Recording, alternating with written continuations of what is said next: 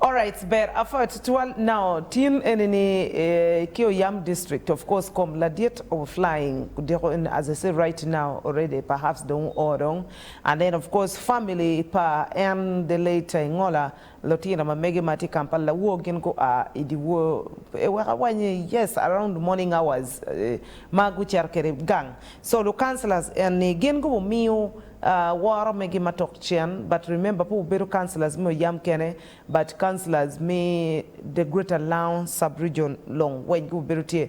So part it's a tragedy, but chalolo councillors kong ma chel kong it is now a norm manika ngarmo madito to in a given district. Councillors normally gen ma chel komu wako kimini ngola this last gene paying in him a tribute is one. Co-serving in the local government as LC5 chairman or chairperson, sorry, for 5 years, constitution Kololo is chairperson, for 10 years, 2 terms. Yeah. So it is due. I think it is due.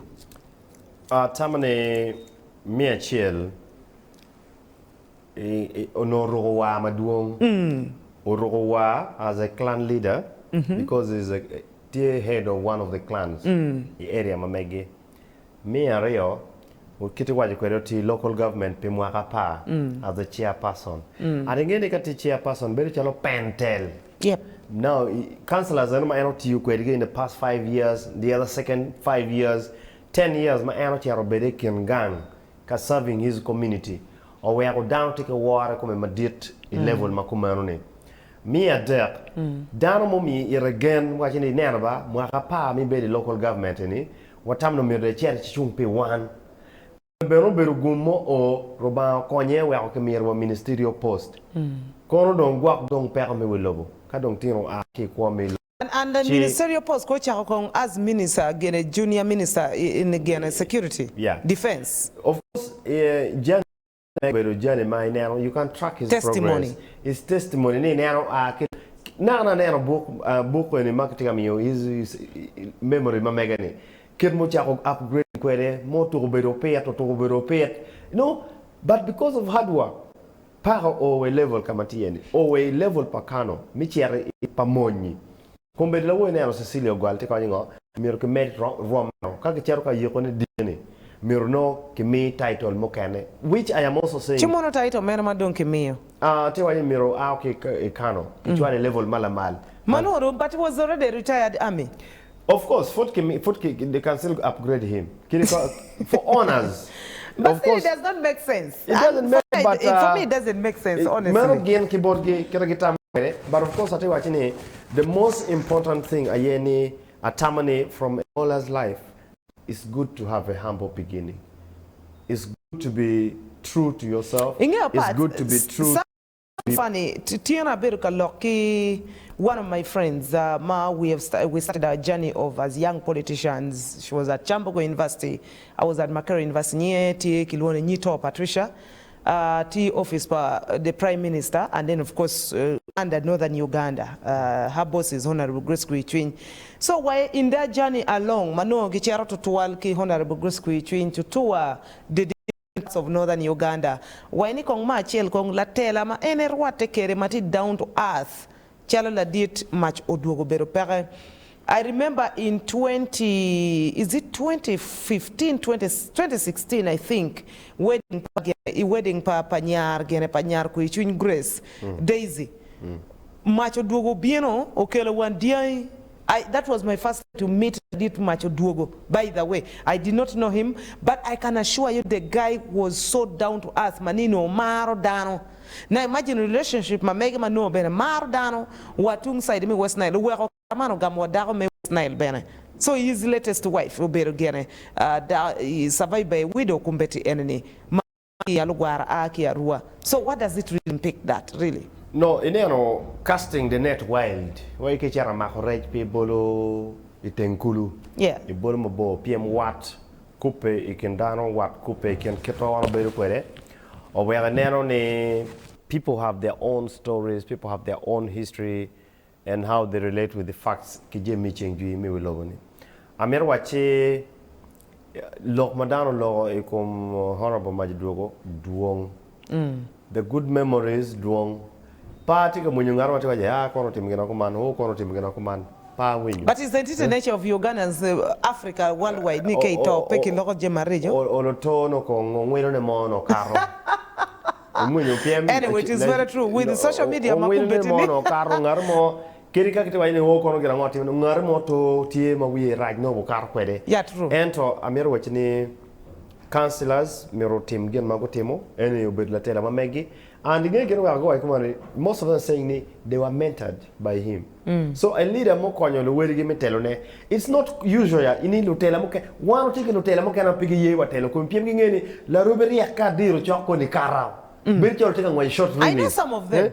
So la ko lutela ne we ko pull down to ka ngechi because they are selfish and lutela ma ben chalo ma dugine they are pulling everyone from every location. Ke poyo maber the first time mo chero gang para diet the late macho duogo that day mo gwinyo gene and of course wabero ka loki wode George and I stand with George together and the entire family as a friend mo bero ka wachi wani wa bodyguard mati gangi kuja ilao yo yam makapeki watching this one is a bodyguard. Bene pebing any man with a bodyguard.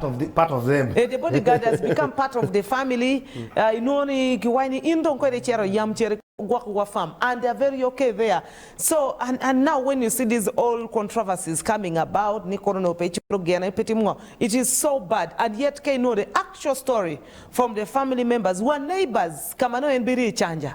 Ana wajane jo magi foto ke loge kom lo rigi marachi mero jo mayenyo ko no ge mero cham no ge te mero yenyo yo mi ko ge so ge loge moye ken we ge nom yo ko ge ento ngat makirtie ma pe loge kom dana ta la bong nyang kit dano kitati kwede pero mo loge kom ngarmo ma en pingeyo exactly ngat ma pe beri ata pero mo wajo lokko ma be loyo an ngat pe beri ata pero mo penyo men ata kita ko na ti kwede PMN or Tapibero could change we.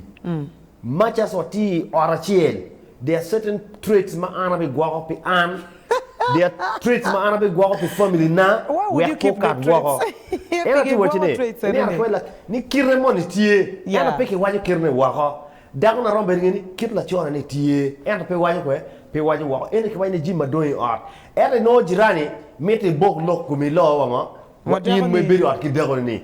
Chi at what lokum to horrible kumbeni tie mo ngwele madong ikin loteno one mo beru nyana when we arrived at home Jojo no ane with TV kita ke jolo kwede Jojo logo kwedwa eto Jojo wachine kere ka jimi mogono tie mogo madong kwe art madoi art tie ati wachi mo doi art ki we akon daro yue do ki we no to yue that is their issue okay donc tiet ki jimi way we lero. So, anyway, so councillors gimu paying tribute ma make it in and la wo wa bere bene ke chance me bere gene me bere Kololo Independence Ground. So kiene ma councillors gubo gene gubo what legacy does it leave for the councillors me gene me Greater Northern Region? Me a chel bere kigen me a Rio bere ke role model me a Dirk bere kingat ma ini chimo ni ngadi and the most important thing ni bedo again in all the pathways ma wan wor yo kwa mi rebeti ngara chel me geno ni an ageno ngari PMT me kuman kiri kan yer ma en e pointi wati ngat ene ana yo ana wa ana tie kerote ko ni that is a legacy madam don ko logo o we ona wo Anini bere kunu na mero penyi. We shall discuss about that. Let's get to that topic later part. Balako wa mete. Answer now. Okay, ladies and gentlemen, for what you mete story pa bogalam kakany and tina bogalam what stories are you as usual. La war the part of Birukalok get more bad. Now let me break it to you. La war waberutie Kololo Independence Celebration Grounds ma waberu kamio the state funeral beruka attending the state funeral service pa Honorable Kano retired Honorable Charles Engola March Oduogo Patrick nye duongba. So, Waberuti, and personally I was there first of all as a monarch because Anna Beru Latin Lao, that is a fact. Beru Latin me Northern Uganda, Latin me Uganda and Africa at large. So, definitely had to be there. But gen ma captivating one kokono erne mala dit president yor Museveni o koba woro ni police karachiel kere ami omyero gen nen metimo investigations kom lokato Engola, and then of course I know within the army gitikere gora duong weaknesses which must be addressed. But you know it chakuloki koma dore wine ila wo nene I capacity ba mene. Kawate lo kum Engola la wo in bedo kono when no wakar lo ke president. No ino mi rewatch wa matute lo mo president lo ni.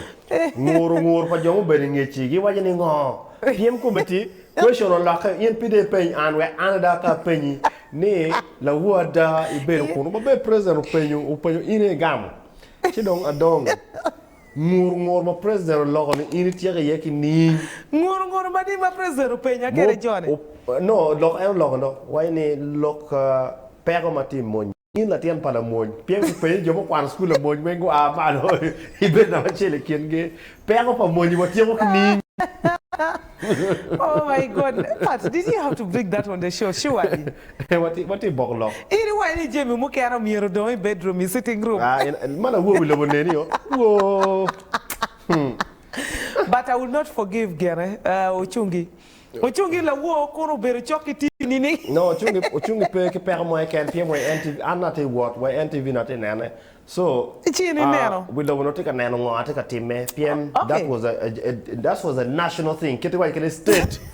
You carried the country in your head. So I carried the country yesterday. I take that, but you can't even see black, yellow, red in my hand. So anyway, la did la war president Yoweri Museveni ubero kami ukone first of all to ki dano mo cher kumu. Kong enu lo about the loopholes mati moñ. Kong ma chel ko wayni moñ kumbeti eka kiti miroti mutich madon nyo maybe kachero ka supervising certain departments gi winni lock allowance gi kono ngongo gi, and then of course lotino moñ level pa kwan bere. And of course he was trying to give out an example ni ka driving a point lotino ma gem go kwani army school eneni tika konyo moñining.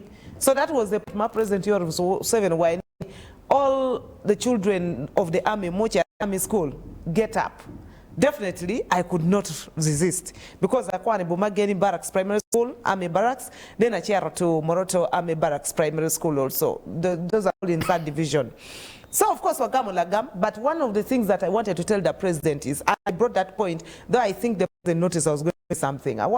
Look, care, yes, it is true. Lotira mameki tika kwan menono.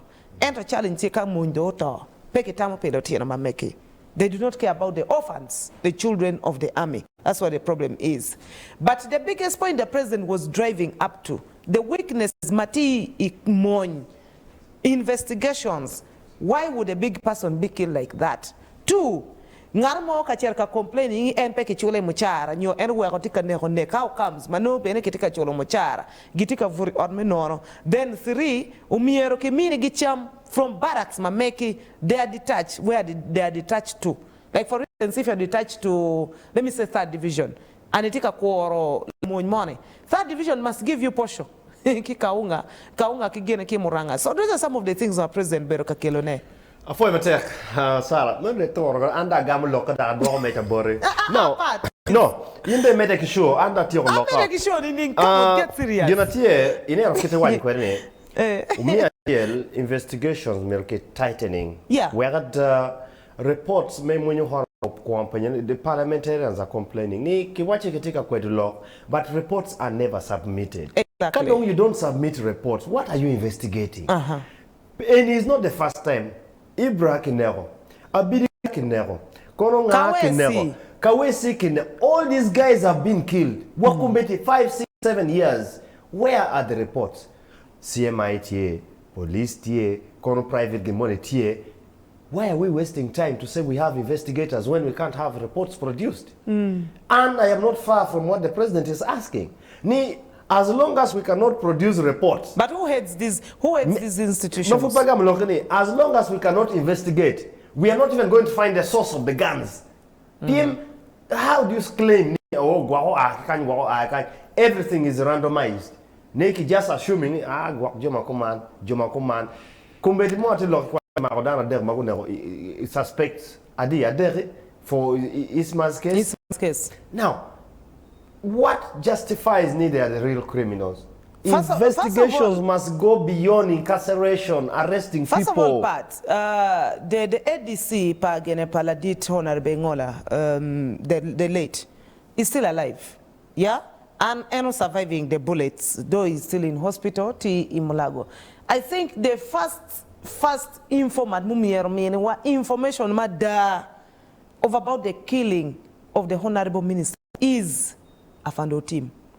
But that is our first point, because like for the case of the Diet, it was within the confines, and it was his very own bodyguard. So Otim Mati, head of security, he should be the first person marketing investigations.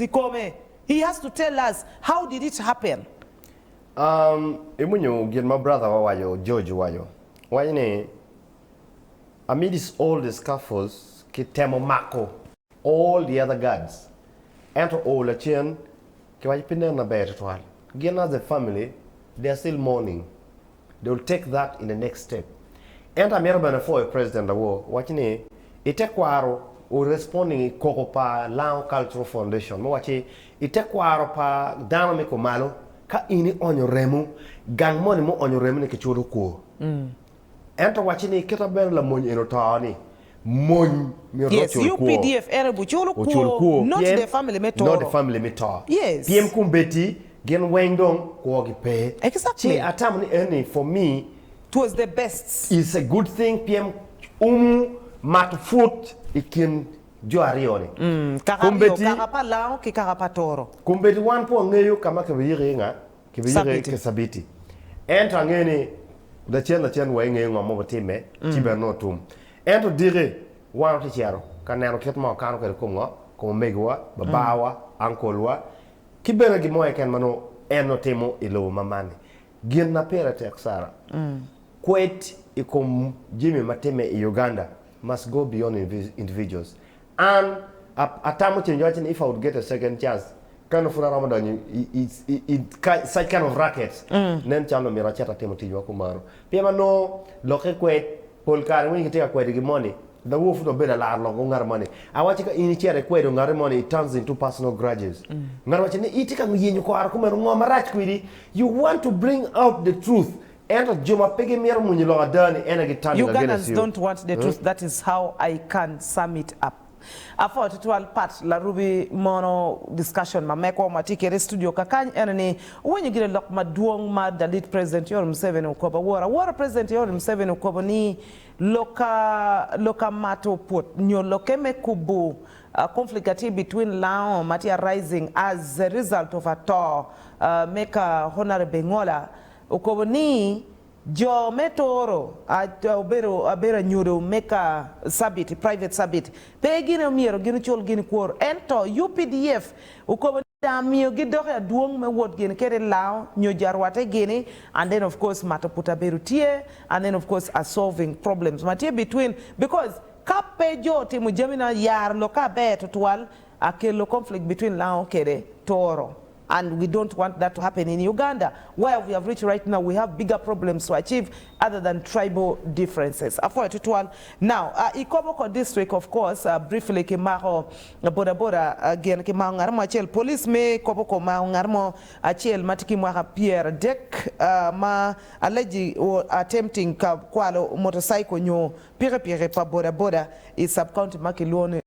Bweko wa chat kong iwe manok ko bidogo with more stories.